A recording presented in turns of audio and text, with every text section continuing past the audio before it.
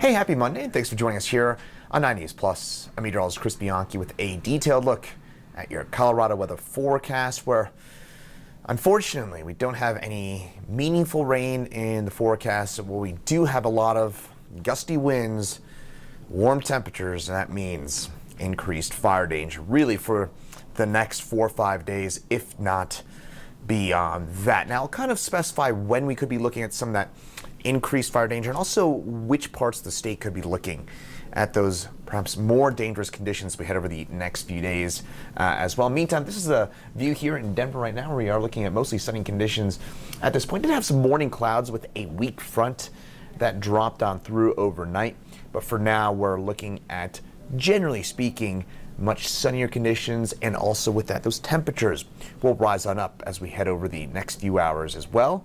Now, the story, again, all week long, it's going to be another don't be stupid week here, folks. What I mean by that is avoid anything with a spark outdoors, no outdoor burning, nothing of the sort. Unfortunately, again, we're going to be looking at those types of increased fire weather concerns basically all week long.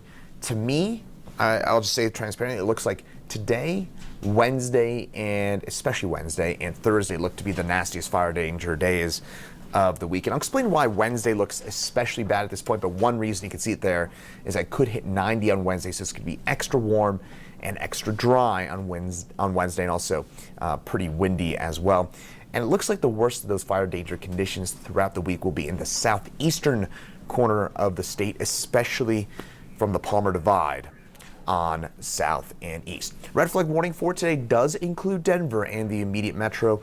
Basically all of southern Colorado under those red flag warnings. Folks, get used to this. This map is going to be basically the same all week long. We're going to have these red flag warnings tomorrow and Wednesday and Thursday and probably Friday and probably Saturday and probably Sunday. So again, if I sound like a broken record, it's something I wish I could change. If I had any control over the weather, trust me, you'd be getting what they're getting up in Boise, Idaho right now, which is 5-6 inches worth of snow and much colder temperatures.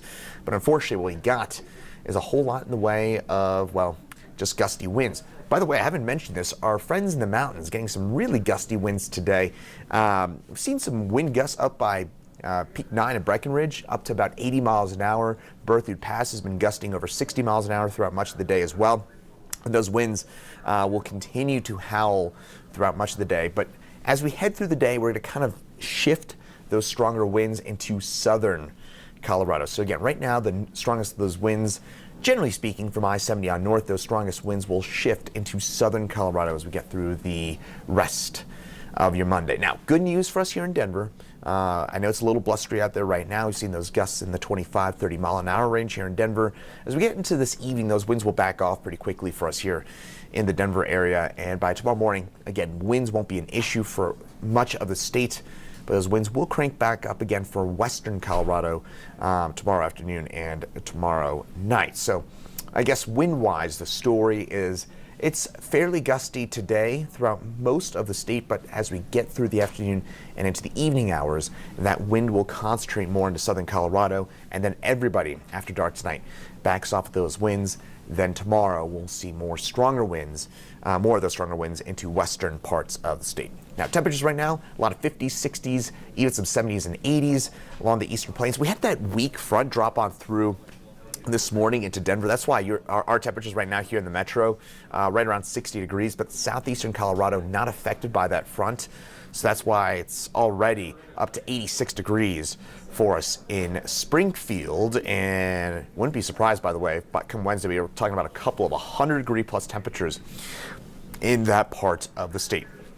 Now, today it does rise on up to about 77 degrees for us here in Denver.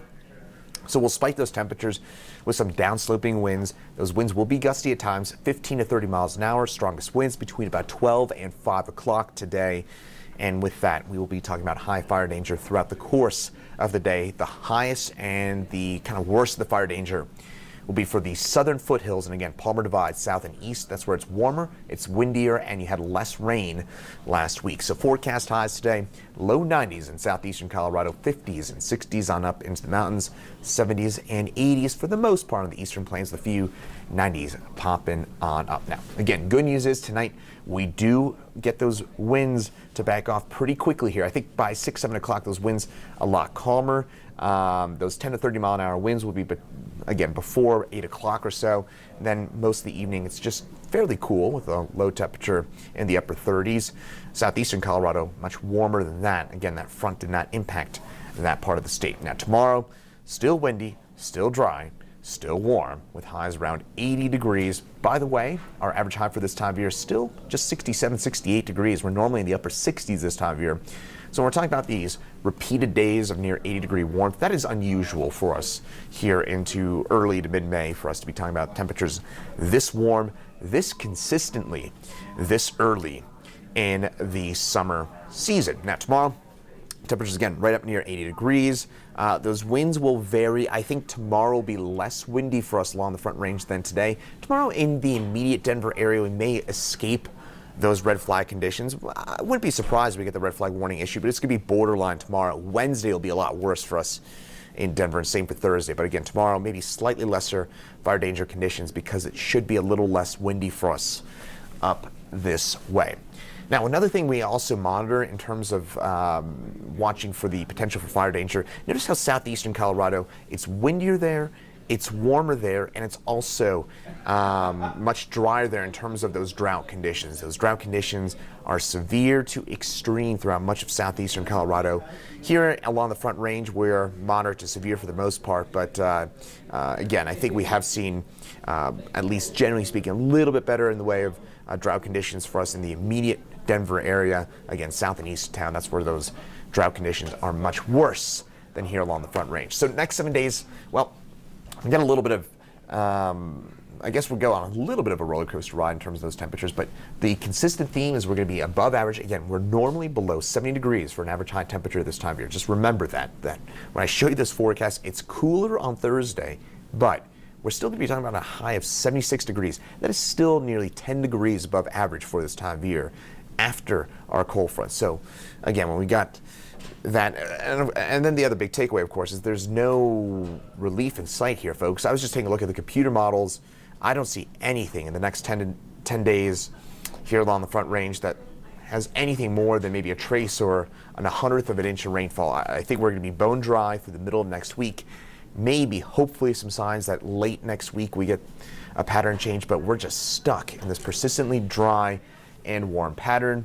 And the result is going to be that increased fire danger basically for the next several days. The worst of it, I think, will be on Wednesday. That's when it's going to be windiest, warmest, and driest. So especially high, I would pay extra high attention to those fire conditions come Wednesday. But again, all week long, this upcoming weekend, we're going to be probably dealing with red flag warnings all weekend long.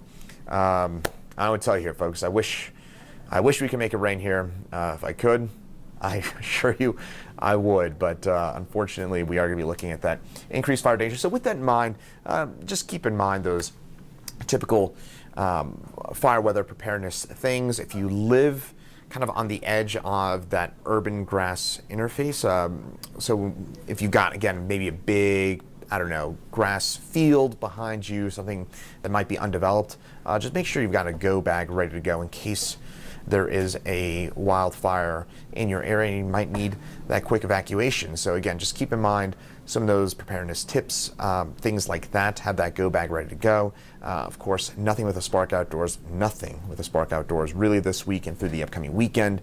No outdoor burning, anything like that. And the other thing, I always mention this, about 80 to 85% of wildfires are due to some form of human error. So more than 4 out of 5 wildfires are due to some form of human error. And what I mean by that is if we are careful and we avoid those steps and we're just frankly not stupid, as we head over the next few days, we can avoid those the worst impacts from these really dry and really hot and really dangerous fire weather days that we got coming up for the rest of this week and this upcoming weekend. Again, I wish I had better news. I know I've been a little doom and gloom here, but that's not my intent. Just gonna tell you what it is, right? And unfortunately, it is going to be a pretty nasty week in terms of fire danger, with the worst of it probably today, Wednesday, and Thursday. Meteorologist Keely Chalmers will have more details coming up at 9 News at noon, and Chief Meteorologist Kathy Sabin is in at 4:56 9 and 10 on the 9 News Family of Networks and more details. In the meantime, have a great rest of your Monday. Stay safe out there. I'm meteorologist Chris Bianchi, and again, have a great rest of your Monday.